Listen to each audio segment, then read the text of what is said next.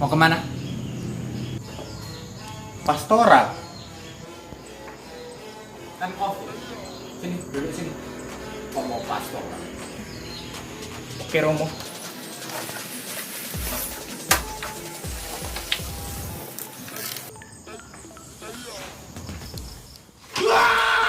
Pengen pastoral. Pengen ngatikun. Pengen pengen mati Medina. Yesus. Aku kali dong.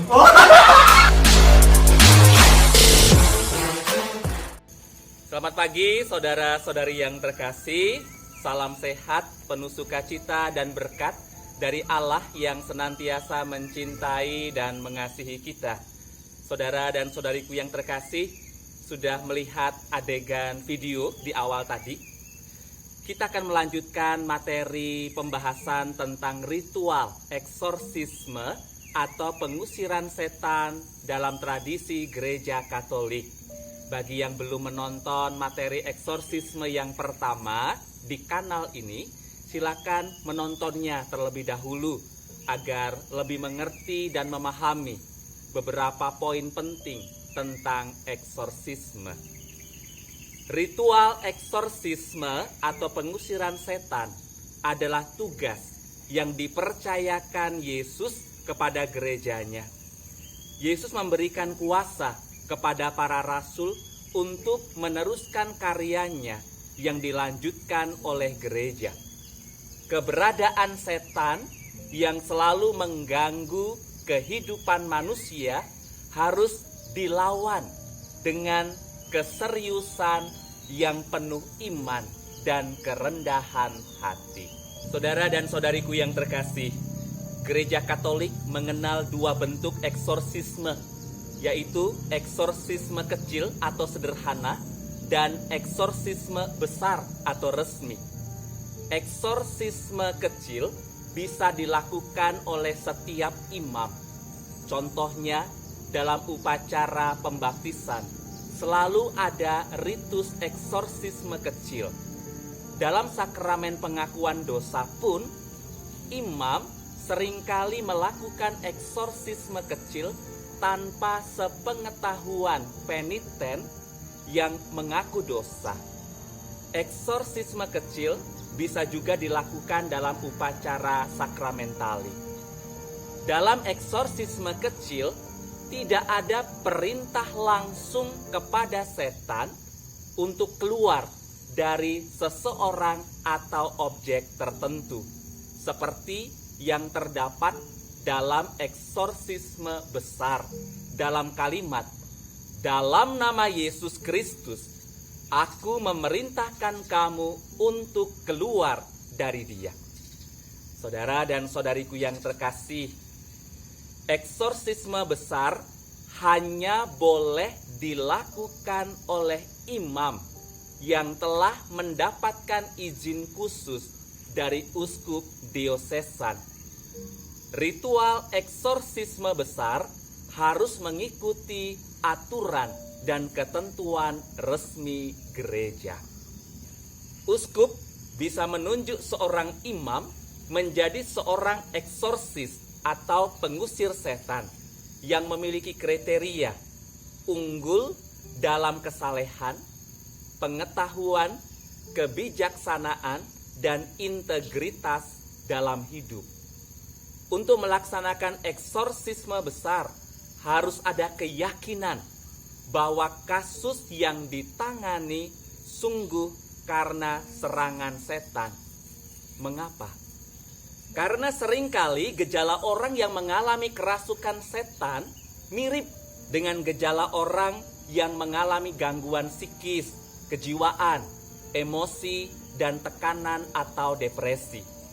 Maka sungguh harus jeli dan bijaksana melihat setiap kasus.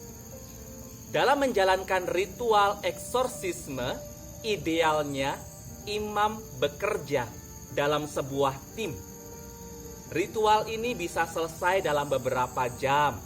Namun ada pula yang menuntut waktu yang lebih lama, bahkan beberapa tahun.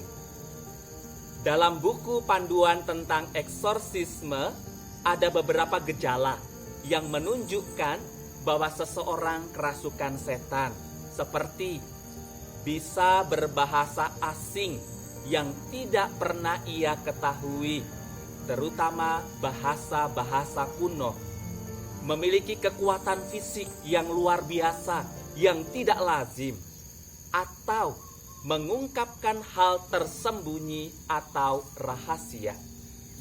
Namun, indikasi ini tidak serta-merta dianggap dari si jahat.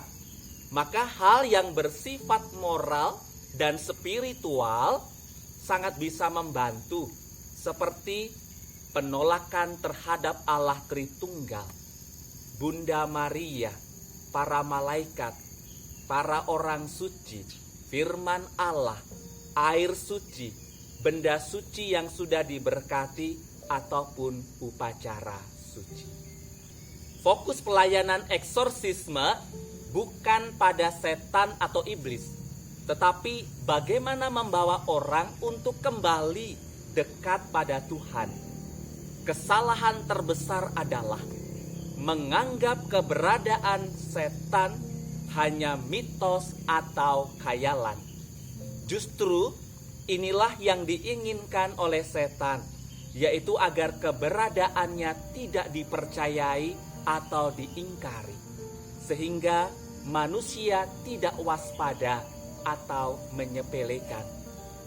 Ritual eksorsisme merupakan ritual gereja yang menyampaikan kepada manusia bahwa kuasa Tuhan mengatasi segala sesuatu. Setiap kepercayaan dan budaya memiliki ritual eksorsisme. Namun, hanya eksorsisme Kristiani yang memiliki kuasa sejati untuk mengusir setan berkat kuasa kebangkitan Kristus. Saudara dan saudari yang terkasih, mungkin ada yang bertanya, mengapa kok orang bisa kerasukan? Ada begitu banyak latar belakang mengapa orang bisa mengalami hal ini. Seperti kesengajaan membuat dirinya rentan dimasuki setan dengan bermain-main dengan kuasa kegelapan. Atau bisa juga dibuat oleh orang lain di mana kondisi rohani orang ini sedang lemah.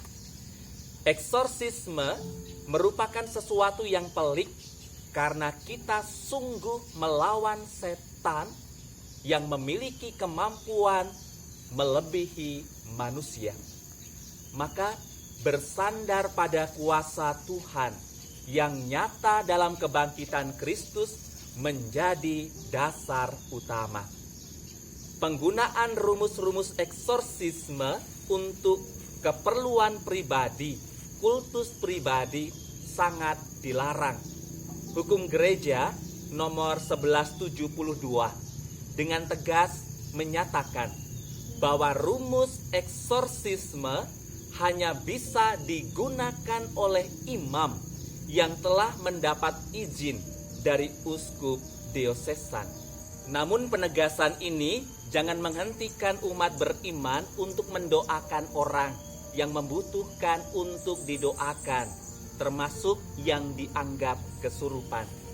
Sebagai penutup, Romo akan membacakan Katekismus Gereja Katolik nomor 1673. Kalau gereja secara resmi dan otoritatif berdoa atas nama Yesus Kristus, supaya seorang atau satu benda dilindungi terhadap kekuatan musuh yang jahat dan dibebaskan dari kekuasaannya, orang lalu berbicara tentang eksorsisme. Yesus telah melakukan doa-doa semacam itu. Gereja menerima dari Dia kekuasaan dan tugas untuk melaksanakan eksorsisme. Dalam bentuk sederhana, eksorsisme dilakukan dalam upacara pembaptisan. Eksorsisme resmi atau yang dinamakan eksorsisme besar hanya dapat dilakukan oleh seorang imam dan hanya dengan persetujuan uskup. Orang harus melakukannya dengan bijaksana dan harus memegang teguh peraturan-peraturan yang disusun gereja. Eksorsisme itu digunakan untuk mengusir setan atau untuk membebaskan dari pengaruh setan berkat otoritas rohani yang Yesus percayakan kepada gerejanya. Lain sekali dengan penyakit-penyakit, terutama yang bersifat psikis. Untuk menangani hal semacam itu adalah bidang kesehatan. Maka penting bahwa sebelum seorang merayakan eksorsisme, ia harus mendapat kepastian bagi dirinya bahwa yang dipersoalkan di sini adalah sungguh kehadiran musuh yang jahat dan bukan suatu penyakit. Saudara dan saudariku yang terkasih, senantiasalah teguh dalam iman, dalam peperangan melawan si jahat. Tuhan memberkati kita. Vivat Cor Jesu, per cor Mariae.